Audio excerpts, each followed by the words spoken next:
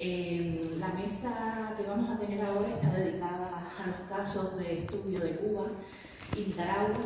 Un poco más de un mes en Nicaragua ha comenzado una cacería de brujas que se está saldando con el encarcelamiento de muchos artistas y el impedimento de regreso al país de otros que estaban fuera. A nosotros esto nos resuena mucho y es decir, todo ese camino paralelo que han llevado a Nicaragua desde la revolución sandinista y el proyecto de revolución frustrado cubano y justamente ¿no? el tener tantos amigos hoy, camaradas y compañeros en las cárceles cubanas también, no deja de ser una triste historia y una triste narrativa en paralelo que nos hace hoy pues, estar más unidos que nunca, ¿no?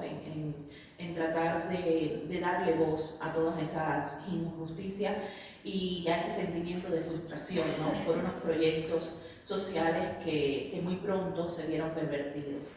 En la mesa de hoy me acompañan Carolina Barrero y Yanelis Núñez, dos valientes mujeres que también hoy están en el exilio obligado, porque no pueden regresar a Cuba por defender sus ideas, por defender con sinceridad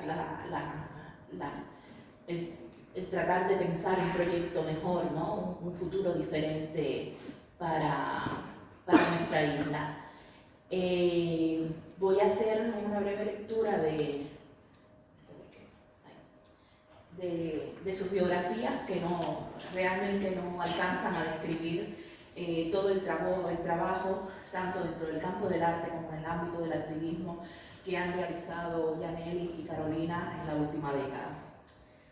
Yanelis Núñez es comisaria y activista feminista, es miembro del movimiento San Isidro y cofundadora de la plataforma cultural Museo de la Disidencia en Cuba. Fue una de las curadoras del evento independiente 00 Bienal de La Habana.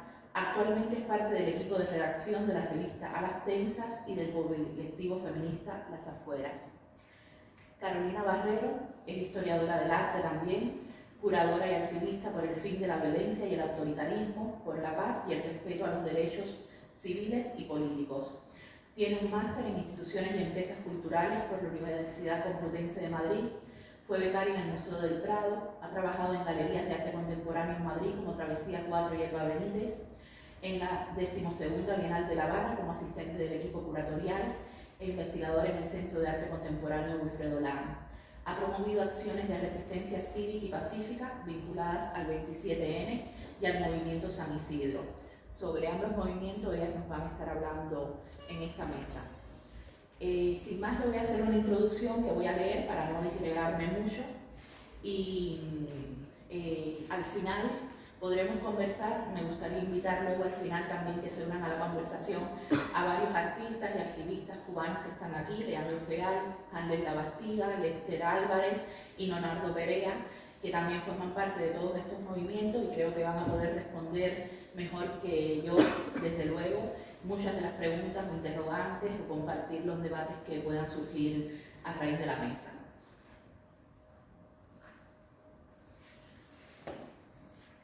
En América Latina, los años 60 se vivieron bajo el aura de la Revolución Cubana. Intelectuales y artistas percibieron en Cuba el experimento de un proyecto social cuyo modelo triunfante dimensionaba en un orden simbólico la acción guerrillera como motor de cambio en una época de radicales transformaciones políticas, movimiento de descolonización en África y Asia, dictaduras latinoamericanas bajo la injerencia expansionista e imperialista de los Estados Unidos y rupturas de distinto índole en el terreno social. Para el emergente gobierno cubano y su pronta declaración en 1961 del carácter socialista de la Revolución Cubana, en respuesta a la invasión estadounidense a Playa Girón, la cultura y las funciones de los intelectuales debían responder integralmente al proyecto de nación en construcción. Los movimientos de izquierda encontraron en la isla el epicentro de una red que traspasó fronteras en plena Guerra Fría, alimentando alianzas estratégicas y un pensamiento revolucionario de filiación latinoamericana, antiimperialista, anticapitalista, obrero y popular. La Revolución Cubana se ha narrado y continuará narrándose todavía por mucho tiempo en disímiles historias y desde muy distintos lugares de enunciación. Dos de esas historias paralelas describen el imaginario polarizado sobre la isla. Una es el relato utópico y romántico de una de las revoluciones más emblemáticas del siglo XX. La otra atraviesa demasiados cuerpos que han experimentado el terror de la represión y la violencia del Estado. El cartel cubano ha construido la crónica visual del llamado proceso revolucionario y ha devenido uno de los relatores por excelencia de la historia oficial de Cuba. Artistas y diseñadores han trazado un itinerario en el que el lenguaje plástico y la síntesis expresiva desvelan la historia política, económica, social y cultural de la isla en una producción gráfica heterogénea que recorre 3 décadas hasta la caída del muro de Berlín. El saldo para la mayor de las Antillas fue una profunda crisis económica que dio al traste con toda la industria editorial y asestó un fuerte golpe a uno de los principales medios de propaganda del Estado. El éxodo masivo del país, de muchos de los autores, de las generaciones que configuraron el paisaje de la gráfica cubana desde el año 1959, la carencia de materias primas y la crisis energética durante los años 90 interrumpieron la abundante producción que sostenía la propaganda oficial de la nación. Una respuesta a esa realidad fue el periódico independiente Memorias de la Posguerra, iniciativa de Tania Bruguera.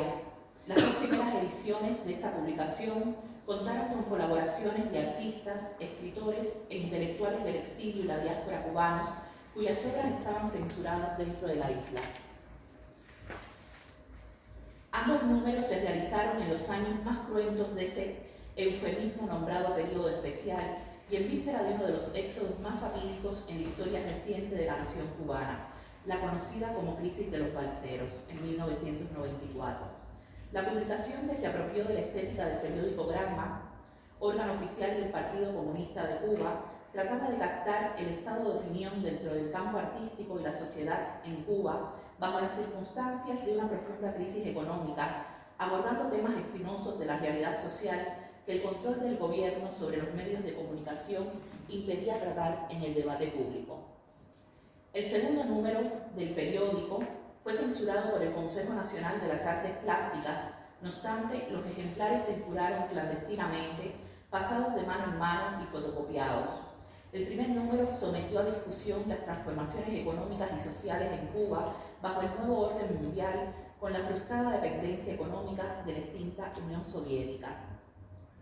La segunda entrega estuvo dedicada al tema del exilio y la emigración cubanos, mientras que una década más tarde, continuando con su voluntad archivística, Memoria de la Posguerra 3 reprodujo en sus páginas las consignas políticas que marcaron la historia de la Revolución cubana y algunos de los carteles emblemáticos de la propaganda del Estado.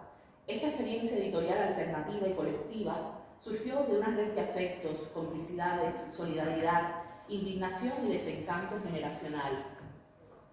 Desde el ejercicio historiográfico puede comprenderse hoy como el germen del trabajo que Tania Bruguera activaría posteriormente en la Cátedra de Arte de Conducta y en el Instituto de Activismo Hannah Arendt a través de la noción de arte útil.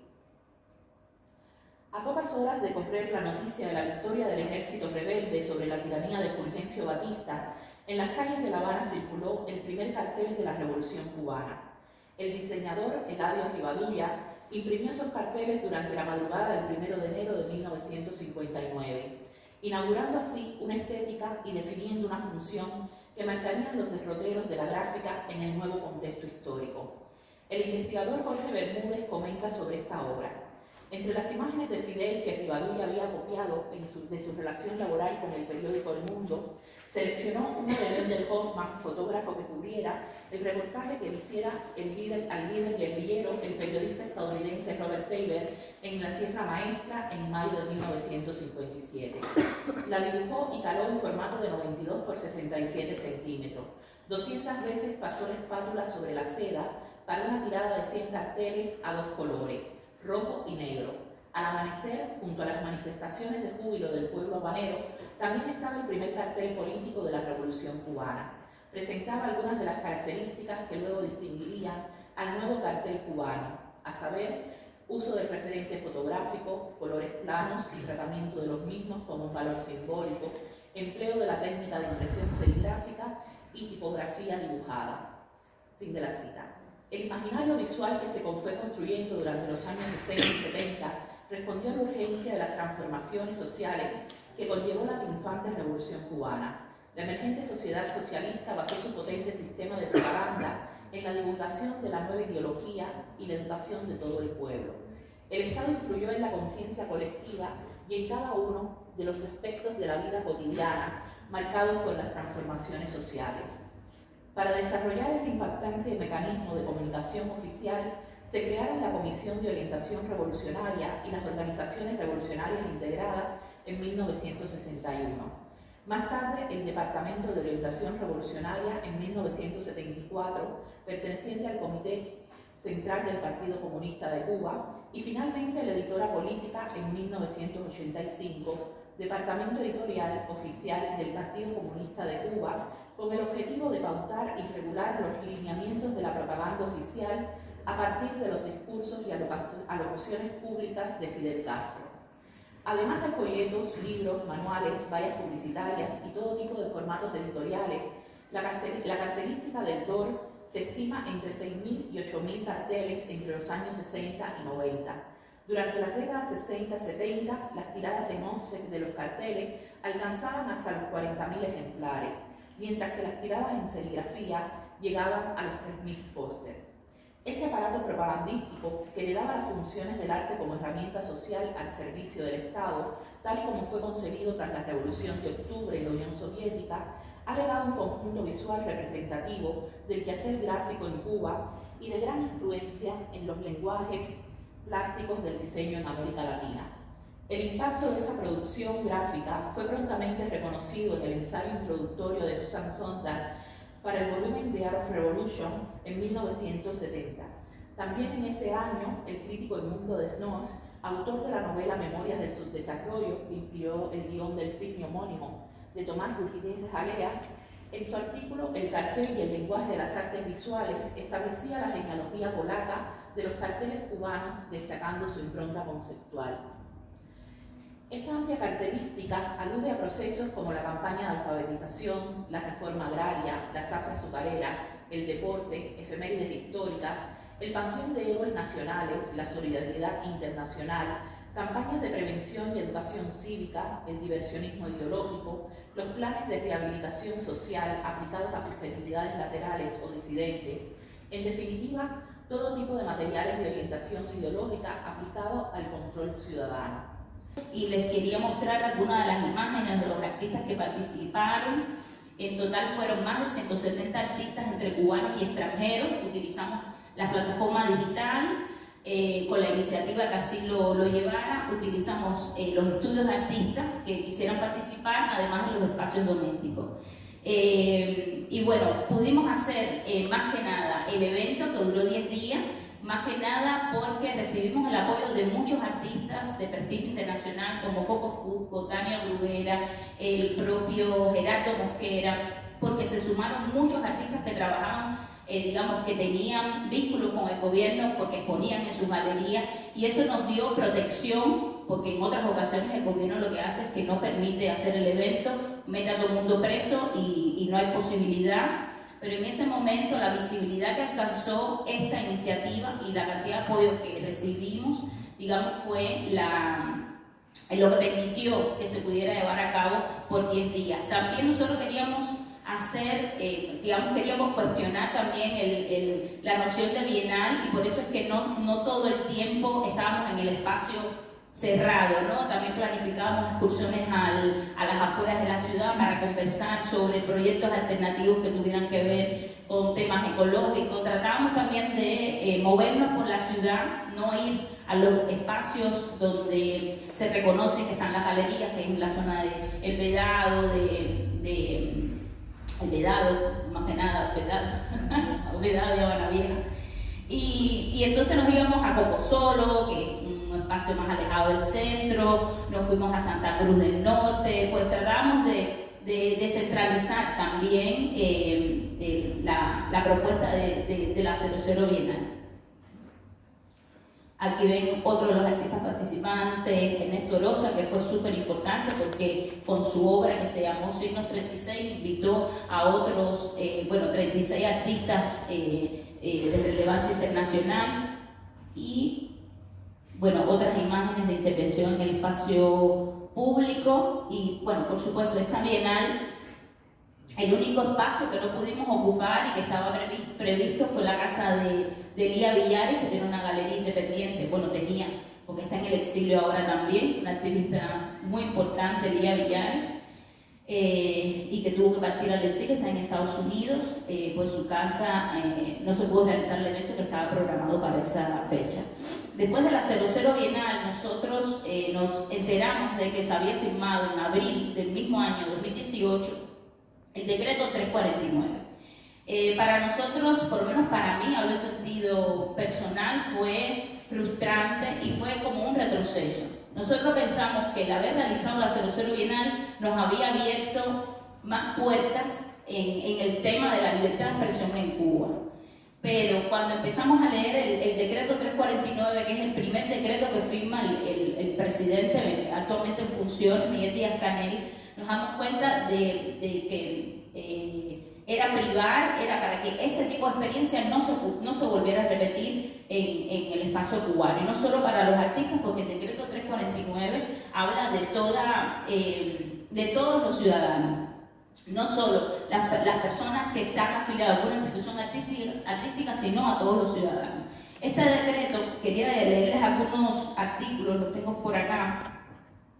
No quiero demorarme mucho más, pero es importante porque el decreto traía nociones ambiguas, traía nociones que se metían directamente con la producción cultural y, por supuesto, las penas, las sanciones que imponía, lo que hacía era inhibir a todo tipo de personas que quisiera participar o quisiera realizar algún evento, ya sea en su casa o ya sea en el espacio público. Ese decreto se metía en todos los espacios donde cualquier persona quisiese realizar algún tipo de proyecto artístico, evento o producción cultural.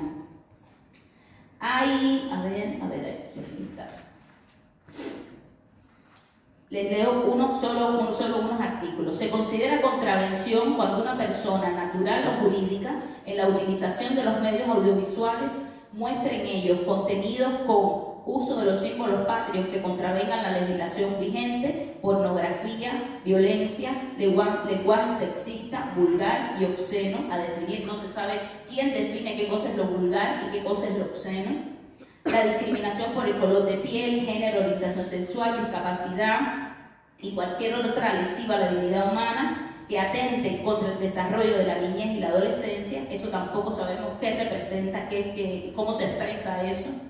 Y cualquier otro que infrinja las disposiciones legales que regulan el normal desarrollo de nuestra sociedad en materia cultural.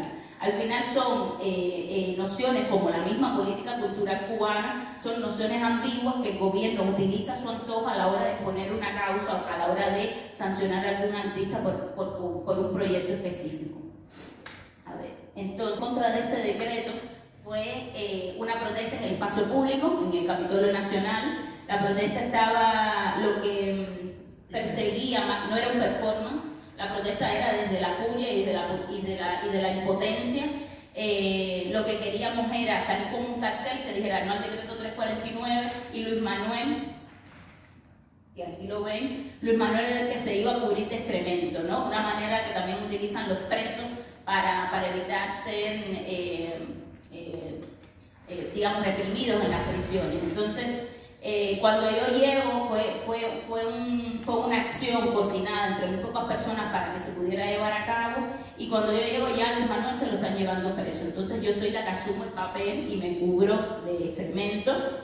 A todos nos llevaron presos luego, pero bueno, esa fue, digamos, la acción que primero hizo que muchas personas se interesaran en saber qué cosa era el decreto 349, porque lo escatológico, ya luego se movió mucho en las redes sociales y tal, lo escatológico llama mucho la atención, y entonces hizo que las personas se preguntaran qué cosa era el decreto 349 para que alguien se cubriese de excremento en un espacio público. Les comento rápido la campaña que hicimos. Empezó en julio de 2021 y terminamos, el decreto se tenía que empezar a implementar el 7 de diciembre de ese mismo año. Entonces nosotros empezamos a trazar un plan de acción que era semanal, donde hacíamos ya sea entrega de quejas a las instituciones oficiales que estuvieran habilitadas para ello. También hicimos una parte importante que era acciones en el espacio público y también intervenciones artísticas en nuestras casas. Entonces una de ellas es esta galería de imágenes, que era varios artistas o personas que estuvieran interesadas en participar de la campaña, pues daban su rostro, y estuvimos circulando pues esta serie de imágenes, digamos exhortando, ¿no?, que más personas se sumaran en contra del decreto 349. Y el asunto con el decreto no era el decreto en sí mismo. Al final nosotros queríamos atacar a toda una política cultural que es represiva y que, porque ahí está, por supuesto, frena la producción cultural, pero digamos, nosotros tomamos de pretexto el decreto 349 para hablar un poco más allá sobre la libertad de expresión en Cuba, sobre los derechos culturales y sobre la política cultural en sí misma. Entonces, bueno, les pongo algunas intervenciones en el espacio público, las entregas a los centros de atención al ciudadano y algunos conceptos que hicimos. La mayoría de ellos, pues, terminaban con arrestos o empezaban con arrestos, otros los podíamos hacer en dependencia de la visibilidad que tuviese el evento, pero también tuvimos el apoyo de instituciones internacionales como Amnistía, que aquí pueden ver, y estuvimos apelando pues a otros artistas. Siempre les enseñábamos el decreto y les preguntamos, ¿ustedes aplicarían este decreto en su país? Y muchos artistas que apoyaban al gobierno cubano, que esto es importante. Y al final es difícil entender este decreto para cualquier creador, ¿no? Aquí pongo algunas imágenes de Nonato, que fue otro que hizo una galería importante de imágenes relacionadas con el decreto 349, y hablando también sobre, tratando también de abordar el tema de que quién va a definir lo vulgar, ¿no?, y quién va a definir las buenas costumbres.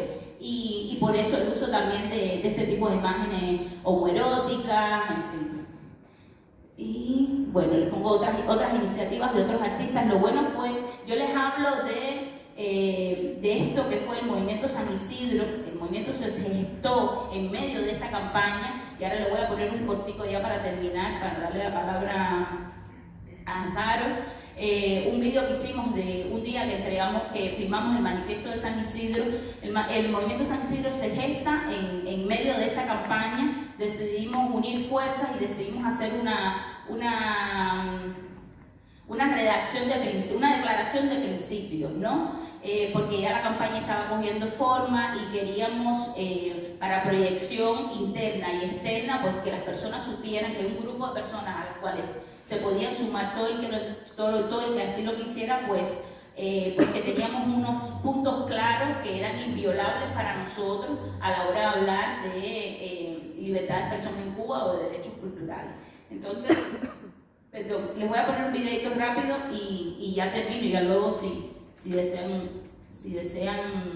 preguntar algo más sobre el movimiento San Isidro, pues el video que lo voy a hacer lo hizo Mauri Pacheco y fue hecho el 12 de septiembre de 2018, cuando firmamos el manifiesto de San Isidro, y que al final se celebra también el Día de la Virgen de la Caridad, y entonces nosotros lo pusimos también usar, ¿no?, este paso simbólico, aunque muchos de nosotros, digamos, no seamos practicantes, pero otros sí, y más en el barrio de San Isidro, que era donde trabajamos.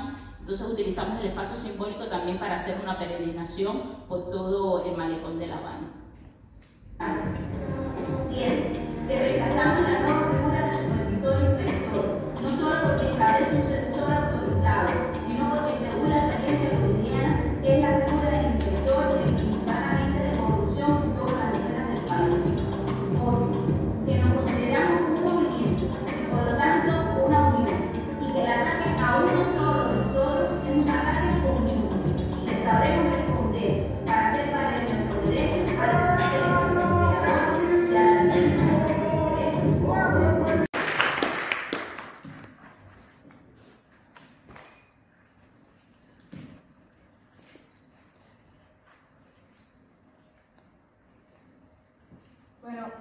Muchas gracias a Reina Sofía por incluir a Cuba en un evento, en un encuentro que se llama Acción Gráfica, Revueltas y Antifascismo. La revolución cubana, si es algo hoy, es más fascista que otra cosa, o sea que nos parece muy apropiado que esté aquí. El 349, Yanil lo decía, la aprobación de ese decreto quizás pueda ser el momento en que podamos asociar al inicio de este nuevo ciclo de protestas. Me gusta siempre empezar diciendo que resistencia en Cuba ha habido siempre, desde el propio inicio de la revolución, desde el 1 de enero del 59. Pero este nuevo ciclo de protestas que ha traído como cauce el 11 de julio y que ha sido un maridaje también entre arte y resistencia, podríamos encontrar ese inicio asociado a ese decreto.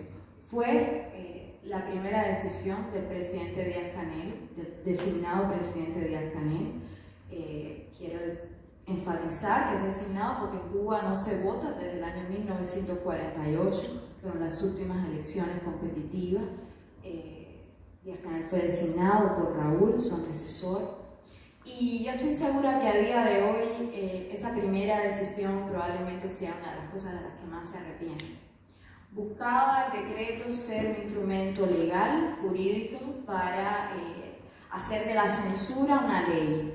Censura también en Cuba hemos tenido siempre. La política cultural, desde el año 61, el famoso discurso de palabras a los intelectuales, ya establecía unas pautas que, como decían antes mis compañeras Yaneli y Susé, siempre han sido muy ambiguas, muy abiertas, poco definidas. Dentro de la revolución todo, fuera de la revolución nada. Bueno, ¿qué es, no? A fin de cuentas, hoy esa revolución, o si acaso es revolución un cuerpo que se anquilosó muy rápidamente, se petrificó y comenzó a perseguir a todo lo que le era revolucionario en sí. El decreto venía a esos mecanismos de represión artística, a convertirlos en ley. Y ya Yaneli ha adelantado un poco hasta la extensión o el alcance, ¿no?, de esos artículos que casi que para ser artista casi no, había que tener un carnet, ¿no? Tenían que darte el carnet artista y ya no era que lo que ibas a exponer en el Senado o en el Consejo, ¿no?, en las instituciones del Estado pudiera la exposición cerrarse, como pasó muchas veces en los 80, a principios de los 90, o que te censuraran y que, bueno, nadie nunca más te llamara, sino que lo que tú hicieras en tu propio estudio como artista, o sea, podía llegar más gente a la seguridad del Estado y decir, bueno, ¿qué estás haciendo aquí? Esto no, o sea, hasta en el plano más íntimo, ¿no?, de la creación, porque se censuraba el propio acto de la creación. El objetivo era generar más miedo, dividir a una comunidad artística que ya tenía bastante fractura, sobre todo después de los 80, después de aquel exilio masivo, después de la persecución. Sin embargo, terminó ejerciendo las causas contrarias, ¿no?, o sea, los objetivos contrarios. La comunidad artística se unió, no estaba dispuesta a retroceder en algunas de las libertades que había ganado hasta ese momento, y sintió que solamente unida podía hacer frente a algo como esto. Todo el año 2018, desde la primavera, en abril, es que se funda, se aprueba el decreto. Hasta finales de 2018 comenzaron a trazarse algunas de las formas de protesta que luego se han mantenido. Una, la entrega de cartas, los cauces burocráticos, intentando establecer un diálogo con la institución o tensar la relación con la institución buscando una respuesta. El otro, la performance o el activismo. Y el último, que es el que ha sido distinto a otros momentos históricos, la protesta pública en sí. En la imagen que vemos, esta fue la noche del 27 de noviembre de 2020, frente al Ministerio de Cultura. Esa fue la protesta, creo que lo podemos decir categóricamente, donde más personas desde el año 59 se reunían ante una institución del Estado para protestar directamente contra una orden gubernamental. Antes habíamos tenido, se hablaba aquí de la crisis de los balseros, que es el famoso maleconazo, el 5 de agosto del 94, miles de personas se congregaron en las calles cercanas al Malecón, en Centro Habana, Habana Vieja, pero en este caso los cubanos protestaban por la situación de crisis humanitaria y de escasez, y sobre todo por motivos de querer emigrar, ¿no? Estábamos viviendo uno de los éxodos más grandes en ese momento. Sin embargo, en este caso estamos hablando de una institución propiamente del Estado, por lo que la protesta se hace gubernamental, ¿no? Contra el Estado. Lo que comenzó siendo ese día, en la mañana, un grupo de 5 a 10 personas, terminó siendo cerca de 500 personas. Muchos de ellos eran artistas, es cierto, intelectuales, pero también ese día había ingenieros, arquitectos, profesores, estudiantes, y estoy segura que amas de casa. Por lo que también se puede decir que si bien los artistas o la comunidad artística en general impulsó las protestas, muy pronto esas protestas alcanzaron a la ciudadanía también, que las hizo propias. En esta imagen se ve el artista Amaury Pacheco, miembro del movimiento San Isidro, junto a un grupo de jóvenes, de manifestantes que, como se ve, alzan un teléfono celular. Las redes sociales, el internet que llega a Cuba, creo que en 2014, que se llega a tener alcance masivo, han generado, digamos, un ágora de comunicación y un ágora también de debate con las limitaciones propias de las redes sociales y el internet, pero a fin de cuentas una manera de estar conectados, ¿no? Esta es una de las frases que repite constantemente el artista Luis Manuel Otero Alcántara, ¿no? Del movimiento San Isidro: estamos conectados porque precisamente el totalitarismo y el autoritarismo buscan la desconexión entre los ciudadanos.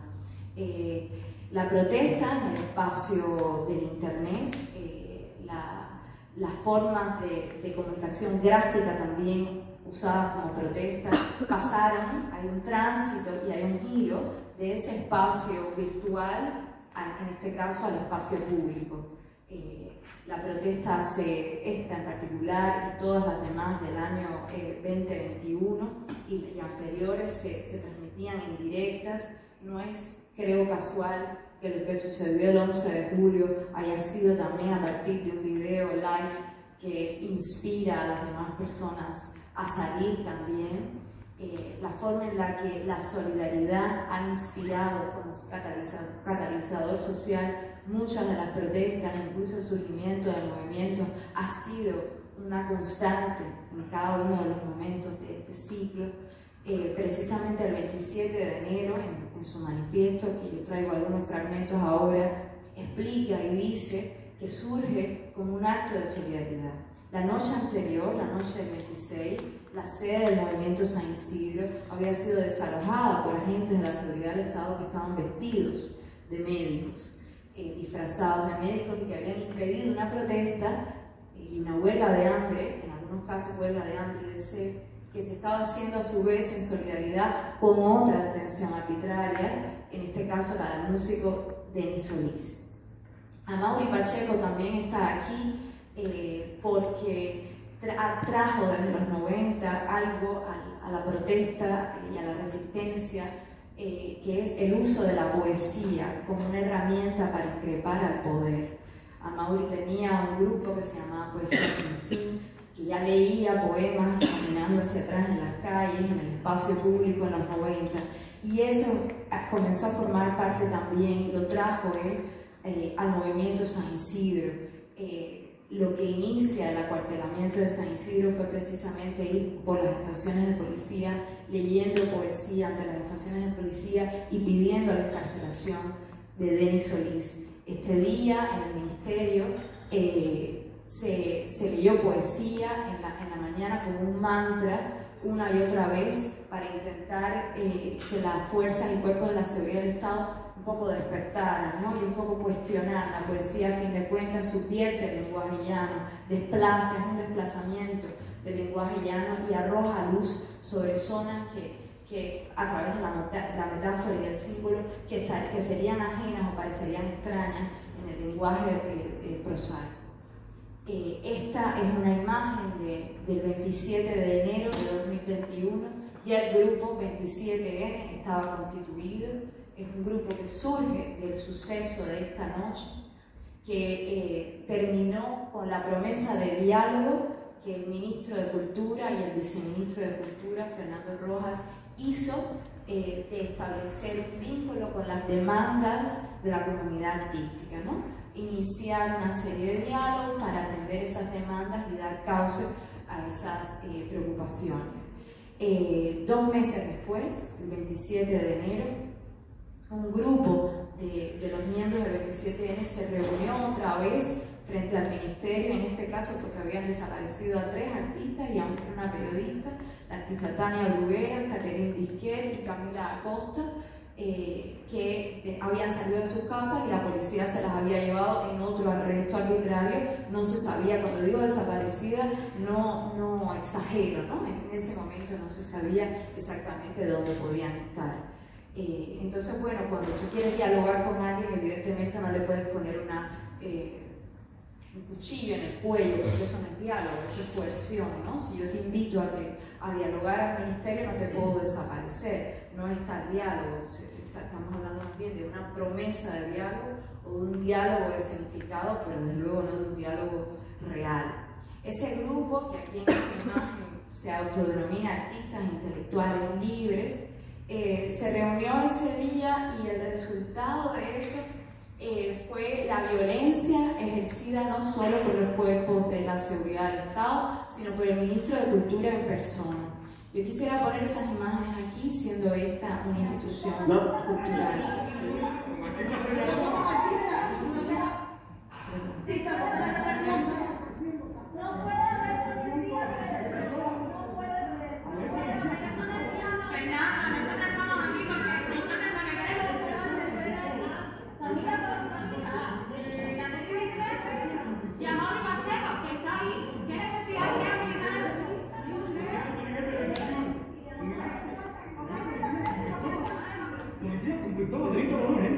Buenas, el ministro de Cultura.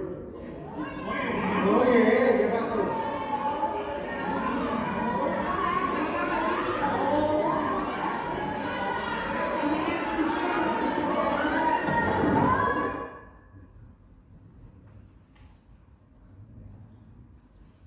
Bueno, perdón que se ha ido.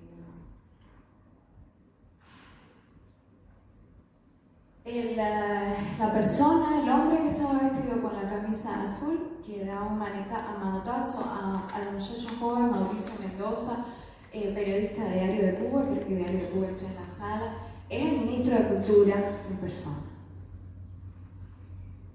Yo quisiera que alguien me dijera luego en las preguntas qué sucedería en España, por ejemplo, o en cualquier país europeo o incluso latinoamericano, con las deficiencias democráticas de muchos países latinoamericanos y también europeos. ¿Qué sucedería si un ministro de Cultura hace algo parecido a eso?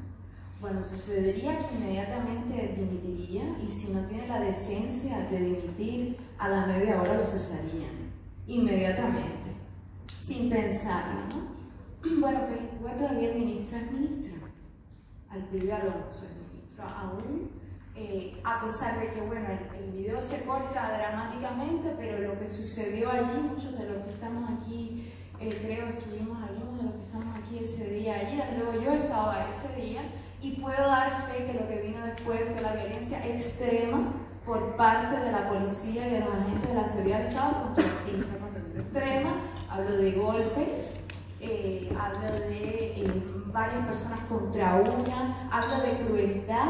Yo recuerdo que la gente que venía a golpearme directamente no se atrevió a hacerlo porque yo la increpé, le dije no te atrevas, no se atrevió, pero luego me decía algo aún peor, me decía cállate porque si no le vamos a pegar más a las demás. O sea, hablo de extrema violencia, de extrema crueldad. El periodista Alfredo Martínez todavía guarda la cicatriz de tener el dedo del medio completamente virado. Estuvo con un yeso un mes. Estamos hablando de violencia contra artistas, contra periodistas que, como ustedes pueden ver, simplemente protestaban pacíficamente, demandaban tener ese diálogo sin la coerción y la participación de la policía. Estaba la policía en la esquina, no se veía, pero estaba, creo que se escucha al músico Michael Castillo, ahora en prisión, decir, ahí están los policías y los militares armados. ¿Por qué tiene que haber policías y militares armados cuando hay artistas pacíficamente frente al Ministerio de Cultura? Ese día los artistas entendimos que tal diálogo no podía ser más que una promesa que lo único que buscaba era postergar y ganar tiempo para intentar apaciguar los ánimos, pero no tenía ninguna intención real de dar cauce. Entonces, los meses siguientes a enero, uno de los grupos de trabajo de 27N se dedicó a la escritura de un manifiesto, ya que no podía existir tal diálogo con la institución. Pues nosotros queríamos dejar claramente cuáles serían, por qué nos constituíamos como grupo, cuáles eran nuestros objetivos. El manifiesto se publicó en abril, primero en las redes sociales de 27N, que servían como medio de difusión, y luego en la revista Influx y en otras revistas de arte. Aquí hay algunas de las consideraciones del manifiesto. Yo voy a leer algunas. El manifiesto más largo, que invito a quienes no lo hayan leído a revisarlo. Deseamos una nación donde expresarse libremente no constituye un acto de valentía, sino que sea una consecuencia natural del pensamiento autónomo, donde no existe el odio político, la violencia policial, la represión, la censura, la manipulación mediática, la violación de la privacidad, los actos de repudio, en fin, las prácticas abusivas de poder ejercidas por una dirección política centralizada, militar, partidista, que discrimina y anula a quienes disienten, violando sus derechos humanos. He leído la palabra partidista y he recordado, y tengo que decir, que en Cuba hay solo un partido. Es una dictadura de partido único desde 1965. No solo no hay votaciones competitivas y libres del año 1948, sino que no hay ningún tipo de oposición política ni de partido, a diferencia de cualquier otro país de América Latina, desde el año 65. Reclamamos la legitimidad de la abierta y libre discrepancia y del pensamiento crítico como vital ejercicio para evitar la inmovilidad, la corrupción y el mal actuar de los funcionarios o de cualquier ente de la sociedad que atente contra su desarrollo. Y algunas de las principales demandas, solo voy a leer la primera, porque habla de libertades políticas, y quiero dejar muy claro que a pesar de que el movimiento artístico comenzó contra el 349, que es un decreto contra la libertad artística, la libertad de expresión, pero en general la libertad de creación en todo su alcance, toda su extensión, hubo una conciencia por parte de la comunidad artística que si no se pedía, no íbamos jamás a alcanzar tal libertad de creación, porque la una y la otra están esencialmente vinculadas. Reclamamos el respeto del derecho legítimo a la libertad de expresión, de creación, de protesta o manifestación pacífica, de representación y participación política, de asociación y movilidad, de debate abierto y público en la búsqueda del consenso ciudadano. La libertad política es indispensable para poder ejercer cualquier derecho humano, dado el carácter interdependiente de estos dos. No puede haber prosperidad ni libertad de creación en ninguna esfera de la sociedad sin libertad política. Asociado a todo este momento, hubo por supuesto también una creación artística y una creación gráfica que acompañó y dio visualidad a muchas de las acciones de 27N, ya fuera directamente con cartas a la institución o con acciones en el espacio virtual o público. Yo he querido traer primero algunos de los artistas cubanos que trabajaron en esta dirección que no están en la exposición, ¿no? Para complementar un poco la selección del museo. Julio Llopis Casal, con esta serie de aforismos ensartados, y con una colaboración también directa con el grupo 27N, fue, digamos, el diseñador y artífice, él junto a Claudia Patricia, del colectivo Mujercitos, que luego pondré algunas de las imágenes. Los aforismos ensartados realmente fueron una rúbrica para Julio, una justificación formal para poder ejercer en primer lugar la denuncia, la solidaridad y la síntesis. Julio es un gran admirador de la época de oro del diseño gráfico cubano. Susel Sánchez puso los ejemplos paradigmáticos, Alfredo Rosgar, Olivio Martínez, y inspirado en eso y en la característica de cine también, y en su propia vocación como escritor, porque Julio, además de artista, es un gran escritor, un gran artífice, casi que un mago de las palabras. Juega con estas desviaciones del lenguaje, estos desplazamientos del lenguaje y de la imagen. No sé si se llega a ver aquí, pero este sopo está acompañado de una frase que dice departamento de escucha, o secreto 349, Timbiriche digital. En Cuba el internet se cae como un interruptor, que la seguridad del Estado apaga y enciende a discreción, ¿no? Cuando quiere, incluso personas, hay zonas que pierden el internet 3 horas, o todo un país que puede perder el internet 4 días, ¿no? Como el 11 de julio, sin que nada pase, o esta primera que alude a la libertad, que tiene algunas letras que le faltan y que abre como una puerta, una compuerta, y que en el caso de Julio, que también es muy amigo de Luis Manuel Otero Alcántara, sé que está haciendo un guiño también a la serie de las puertas de Luis. O esta otra serie, sin nombre, pero que es una serie de denuncia a los presos políticos. Aquí en la imagen son muchos más, pero está Luis Manuel a la izquierda, Michael Castillo en el medio y Félix Navarro, periodista, antiguo prisionero de la Primavera Negra en 2003. Félix en ese entonces creo que estuvo ya 9 años preso, de 7 a 9 años preso. Él se quedó en Cuba y ahora vuelve a estar preso. Sí, o esta otra imagen del colectivo Mujercitos, que también colaboró mucho con la visualidad de 27N, de Movimiento San Isidro. Cada vez que hacíamos una protesta, ellos aportaban, diseñaban, le daban forma al pensamiento y a la crítica que desde detrás. Estas son portadas de la revista Mujercitos.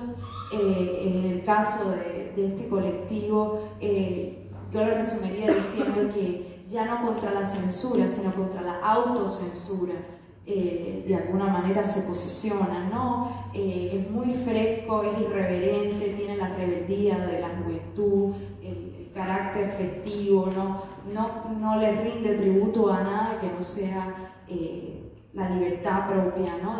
de esa juventud que no quiere tener ningún tipo de contención, ni estar guiada ni afiliada a nada.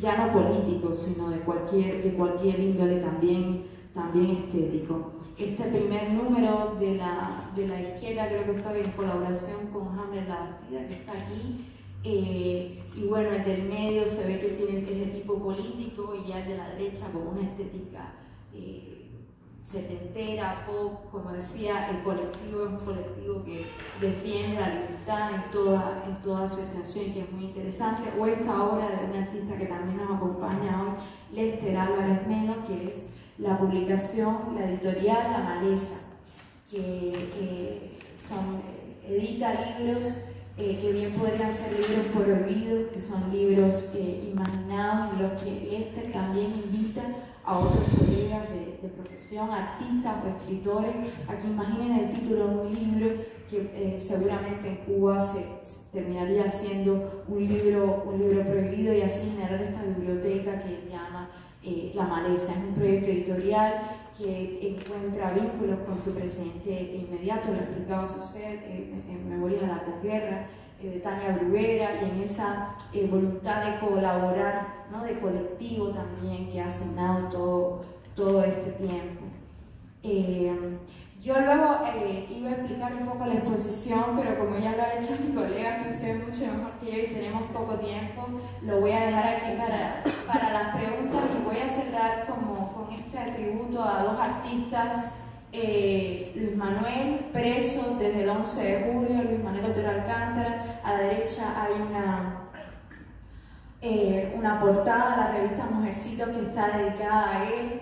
Está Luis en una posición imaginada, él nunca realmente es parte de una obra de él, enfrentándose a la seguridad del Estado. Y a la izquierda, Michael Castillo, el músico, uno de los músicos de la canción Patria y Vida, en la protesta en San Isidro el 4 de julio. Es una imagen icónica de su rebeldía, de la rebeldía de un negro artista en Cuba. El régimen cubano es un régimen profundamente racista y su posición es una posición también de emancipación de esas minorías ante un Estado autoritario, machista, racista, clasista y fascista. ¿Y eso cumple un año de que lo arrestaron? Hoy 18, hoy 18 de mayo se cumple un año, lleva un año en prisión. Y tanto él como Luis Manuel están sin juicio, no tienen derecho, no tienen derecho a las mínimas, las garantías mínimas del debido proceso. Y bueno, que yo quería cerrar recordándoles aquí. Cualquier pregunta.